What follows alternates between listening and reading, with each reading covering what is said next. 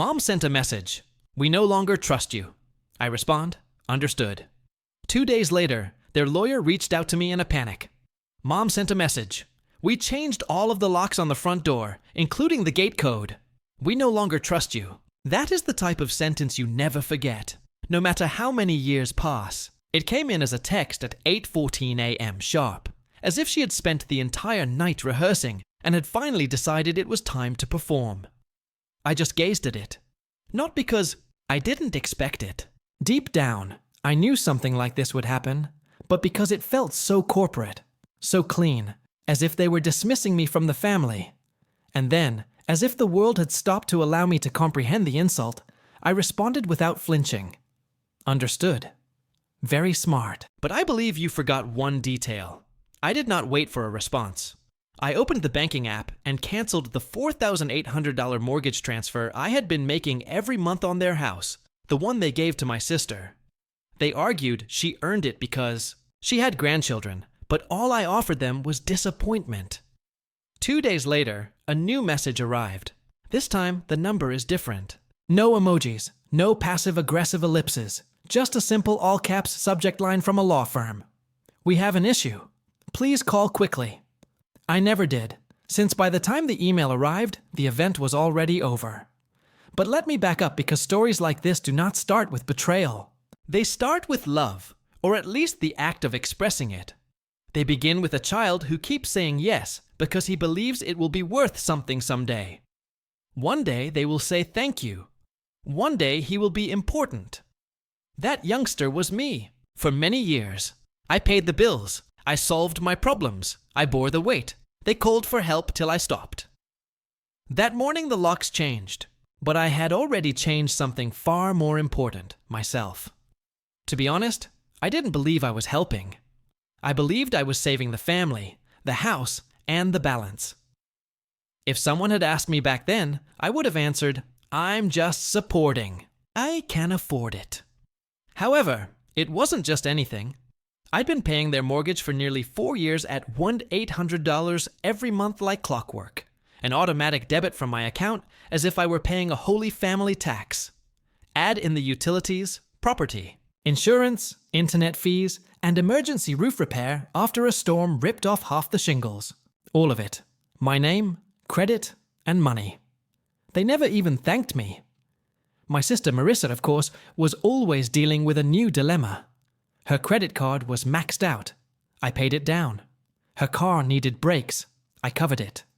Daycare was prohibitively pricey. I sent cash just till she figured it out. 3 years later, she was still finding things out. And yet, I never said no. Not once. Because I assumed this was what family members did until I learned it was exactly what they expected. The first crack showed on Sunday afternoon. I was scrolling through Facebook while waiting for my groceries when I came across the photo. Marissa, my parents, and the kids are all standing in front of the house. The house I was paying for holding a sign that read, Home Sweet Home. Marissa's present. My mother's caption read, So proud of our daughter for building a future we can all share. This home is in the right hands. I had to reread it. Marissa's home. Right hands. There was no acknowledgement of me. No tag, no photo credit, not even the passing phrase. We're grateful for Jordan's support. Just them smiling on a porch I had. Paid for. The comment section was a riot of emojis, hearts, and claps. She's such a powerful woman. You are lucky to have her. She's an incredible support for your family. Even my aunt said, Marissa, you deserve every inch of that house. I wanted to throw my phone away, but I didn't. I just stared at it like if it were a bruise that I wasn't ready to touch. A few days later, I called the bank to confirm something just to make sure the mortgage was still in my name. It was. But then the woman on the phone nonchalantly stated, Looks like there was a request submitted last week to change the primary contact to a Miss Marissa Harper. My heart stopped. They didn't finish the verification, she explained. But the documents are being processed, I said before hanging up the phone. Then I examined my statements, which is when I noticed it. There's an extra $2,400 missing from my checking account, A transfer to a card I did not authorize. I recognize that number. Marissa's emergency visa. I once bailed her out while she was temporarily unemployed 2 years ago. I messaged her quietly. Me. Have you used my card again? Marissa, Jordan, don't make this a thing. We needed groceries and the children needed shoes. I assumed we were still sharing that one. Me? No, we were not. She did not answer, but my mother did. Mom, honey, Marissa's going through a lot right now. She stated she will repay you. Let's avoid starting a conflict over a few dollars. A few dollars when it comes to me? $2,400 is a small amount, but when Marissa misses a phone payment, it becomes a disaster. Then came the group chat. They had renamed it Family Circle, despite the fact that I had never modified it. Someone has uploaded a meme. A man giving over his wallet with the phrase, "Big Brother Energy Pay now asked never." My cousin said, "Tag Jordan." Then, "Yo, can we get you to cover my student loans too?" Even my father chimed in. "Only if you rename your child after him. Got to keep the donor happy." I stared at the screen. Nobody was defending me. There's not even a joke to balance things out. I exited the chat. They added me back. I left again and blocked them all. But none of that compared to what happened on Friday. I was mowing the backyard, which I'd been maintaining for 3 seasons, because as my father once said, it's not worth hiring anyone when you're around anyway. The mower sputtered and I took a water break. The kitchen window was open. That's when I heard my mother and Marissa. Their voices were clear, piercing, and natural, as if this wasn't the first time. Marissa was chuckling. "Did you see his face when I told Aunt Karen the house was mine?" Didn't even blink like a puppy, just happy to sniff the plate. Mom was giggling. "It's almost done. Once the paperwork's through, he won't be able to say a thing. He's the one who insisted on keeping it in his name. That's on him." Then Marissa again. "Honestly, it's better this way. He's always been distant, like a guest with a wallet." And then came the words that sealed the deal. "Mama, he's not family anymore. He's just a sponsor." I did not move. I stood there with the bottle in my hand, allowing the water to drip down my fingers like blood. I felt it, the end of whatever illusion I'd been holding on to. Not relatives, but a sponsor. They didn't realize I was listening. They did not see me move away. But that moment, that statement, shattered something that had been crumbling for years. And I swear to God, something new started to grow in its stead. Just resolve, no rage or anguish. They did not expect me to show up. The invitation arrived in a rigid white envelope with gold trim and embossed inscriptions. "Please join us in celebrating Diane Harper's 60th birthday." No signature, simply from your family. There are 60 guests, large venue, complete catering, a slideshow. I heard of a legacy event. I did not RSVP. I did not call. I merely circled the date in red and prepared. 3 days before the celebration, I printed a document. $311,115.84. Total financial contributions include mortgage, utilities, repairs, and insurance.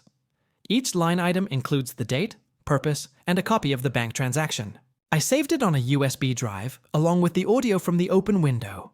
He is no longer family. He's only a sponsor. Screenshots of group discussions calling me a wallet. Photographs of receipts. The email in which my sister submitted paperwork to have the house transferred totally to her name. If she owned the house, she was also responsible for the loan.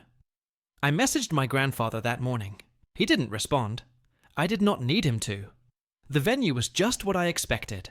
White linen tables, big 6-deep balloons, a projector showing baby pictures and beach trips, waiters in black ties, cousins in cocktail dresses, and my mother in an emerald green gown standing in front of a placard that read, "A house is not, in a home without family." I almost laughed aloud. I arrived 15 minutes late on purpose. When I walked in, people's heads turned. Some smiled while others stiffened. Marissa caught my sight, blinked twice, attempted a grin, and returned to the crowd. I did not waver anything, just took a seat at the back. They did not squander time. Marissa gave the opening address. We talked about sacrifice, love, true family. Someone mentioned how this year had brought us closer together. The screen behind. Her displayed a photograph of the house. The caption reads, "Built with love, passed down on purpose. No mention of me." Then came the toast. My mother took the microphone, dabbed her eyes, and looked around the audience like a queen giving her final blessing. I'm proud of my daughter, Marissa. She's shown what legacy truly means, and I'm grateful that this home, our home, will stay. In the right hands. Applause. Smiles. Until I stood up and gently approached the microphone. I wasn't going to say anything tonight, I said softly. But since we're talking about legacy, let's do the math. The projector flickers briefly before beginning to play audio. Mom's voice. He is no longer family. He is just a sponsor, Marissa says, like a puppy sniffing the plate. Gasps. Several people sat forward. A woman dropped her wine glass. I clicked again. The screen has changed. Screenshot. Group conversation. Tag Jordan. Only if he names his child after the bank. The ledger comes next. $1-800, 48 months, repairs, maintenance, property tax. If this house now belongs to Marissa, I informed her, then I'm here to present a bill. Not a favor, a debt. I held up the printed invoice. 211 pages stapled. Silence. Then, "Are you serious?" Marissa exclaimed.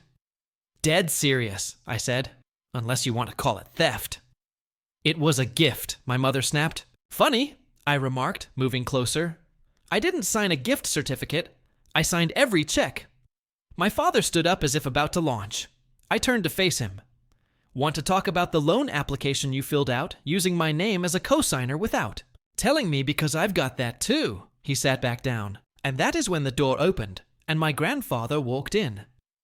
He didn't say anything at first. I stepped directly to the front of the room.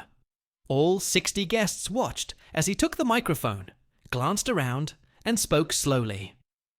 "You raised a thief," he added, staring at my father. "And a coward. You tried to bury your son in silence. But the thing about mud is it doesn't hide footprints for long." "The trust is yours now," he added, looking at me. "The one your father tried to redirect. I changed it last week. Marissa's name has been removed completely." Gasps again. My mom's face cracked. Marissa's knees buckled. She used the back of a chair to stabilize herself. "You want a legacy?" Grandpa asked, staring directly at them. "Earn it the hard way." He dropped the mic, literally, and walked away. I placed the printed invoice on the gift table between a stack of boxed wine and family photo albums. "You changed the locks?"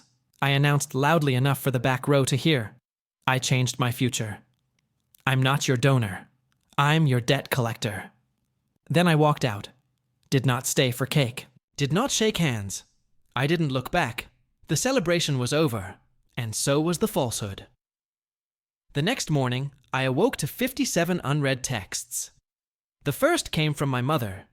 "You embarrassed me for my birthday. You mocked your own blood." Then my dad. "I don't care what you believe you are owed. You will not see a single penny." Then, as usual, Marissa uploaded a black screen on her Instagram story. "Some wounds come from those who were supposed to heal you." The comments accompanying her final shot were a parade of ambiguous sympathy. "You do not deserve this. Mama, stay strong. Family will ruin you more quickly than strangers." None of them realized she had called me a pocketbook from behind a locked window. Neither of them had seen the invoice, but somebody else had. 2 days later, I received a call from an unknown number. I responded out of pure curiosity. "Greg Harper," the speaker said calmly and clearly. "My name is Philip Grant. I'm an attorney representing your parents. I'd like to discuss a potential financial resolution." I did not speak. "They're not looking for a lawsuit," he explained. "They want this to go away quietly. No press, no social media. In exchange, they're willing to offer a settlement." I slumped. Back in my chair. "Let me guess," I replied. "Half the amount I'm owed in exchange for silence." "A reasonable amount," he remarked, "given the informality of the arrangement." I nearly laughed. "Philip," I replied, "I have every receipt, every deposit. I have audio of them mocking me. I have their voices on tape admitting what they did." "I'm aware," he replied stiffly. "That's why we're calling." "Then here's what we'll do," I explained. "Full repayment every cent, or I file a public claim and attach the audio as evidence. You've got 72 hours. He paused. "Understood. I'll be in touch." Exactly 72 hours later, the wire struck. 311 agree, 84, labeled as reimbursement settlement. No further liability is admitted. It did not come from my parents, not even Marissa. The sender used a private business account registered to someone I didn't recognize. Probably a loan shark, or a worried friend of my father's. That made things even better. I printed the transaction, filed the papers, and saved it 6 different times. I didn't respond, thank them, or say anything. I was not there to make peace. I was there to get paid. A week later, I shared a video. The background is clean. There is no rage, only clarity. Some argue that closure is about forgiveness. A wire transfer marked the end of the process for me. 211,784 is the cost of 4 years of silence, obedience, and funding another person's fantasy. They refer to me as a sponsor after first calling me family. Now, they may say I'm settled. I blurred the account numbers while leaving the total visible. This is not about hatred. This is about facts, and facts come with receipts. The post became viral again, but this time even more so. Therapists shared it. The adult children of toxic parents sweat it. One guy DM'd stating it encouraged him to cancel his mother's auto lease. I did not respond. That day, my father left a voicemail. So that's it. Do you honestly believe that money can heal everything? Do you think you've won? You are no longer part of this family. I deleted it without hearing the rest. They had changed. The locks. I altered the terms. Now I reside in a tiny modern apartment with large windows and complete silence. There's no family group chat, no late-night calls for immediate assistance. There are no guilt trips disguised as concern. People occasionally question if it hurts to be done with them. It does not. Because the reality is, I'm not finished. I am free. Freedom cost exactly 311,115.84 follows. People keep asking if I am feeling lighter now. If cutting off my family provided me peace, closure, or whatever word people like to say when they mean it, did it work? The answer is easy. I do not feel lighter. I feel more clear. Because calm isn't necessarily synonymous with weightlessness. It sometimes comes with gravity. A grounded, firm sense that you're finally on your own side. After everything, they vanished precisely as I predicted. No calls, no letters, no "we miss you." Just silence. Not the sort that hurts, but the kind that affirms the truth. I was never their son. I was a service member. And when I stopped working, I stopped mattering. 2 months later, I finally learned to love mornings. The way sunshine seeps through clean windows. The sound of coffee spilling rather than texting. There are no group conversations begging for favors. Number. Can you transfer stuff quickly? No passive-aggressive. Guess who hasn't phoned their mother recently? My phone is quiet. My hands are steady. And I've stopped waiting for people to inquire how I'm doing unless they actually care about the response. People who only know a part of the story continue to ask, "But they're your family." I nod. Yes, just as a cage remains a home if you've never known anything else. But I stepped outside, and the air out here doesn't demand proof of my usefulness. I don't tell the entire tale anymore until someone has earned it. There's no excitement in retelling trauma, only exhaustion. So today, when people wonder why I'm not close to my family, I just explain that I stopped mistaking access for affection. That typically shuts them up. I used to check my previous accounts to see if anyone had reached out. They did not. Not once. No apologies or explanations. Not even a guilt trip passed off as care. There was nothing but silence, as if I had never existed. Like 211,723 hours of my existence was an administrative error that they corrected by eliminating me. Fine. Allow them to pretend. They excel at pretending. What is the worst part? They undoubtedly believe I still care, that I'm out here stewing in rage, waiting for an apology, secretly hoping they'll change. I am not. I have seen them for what they are. And when the mask slips that far, you don't wait for it to come back on. You walk away. You do not check your rear-view mirror. Forgiveness. Number. That's a word people use as a blanket when they're feeling guilty and want your comfort without having earned it. Forgiveness necessitates acknowledgement, accountability, and regret. They provided none of that. So, I'm not returning anything.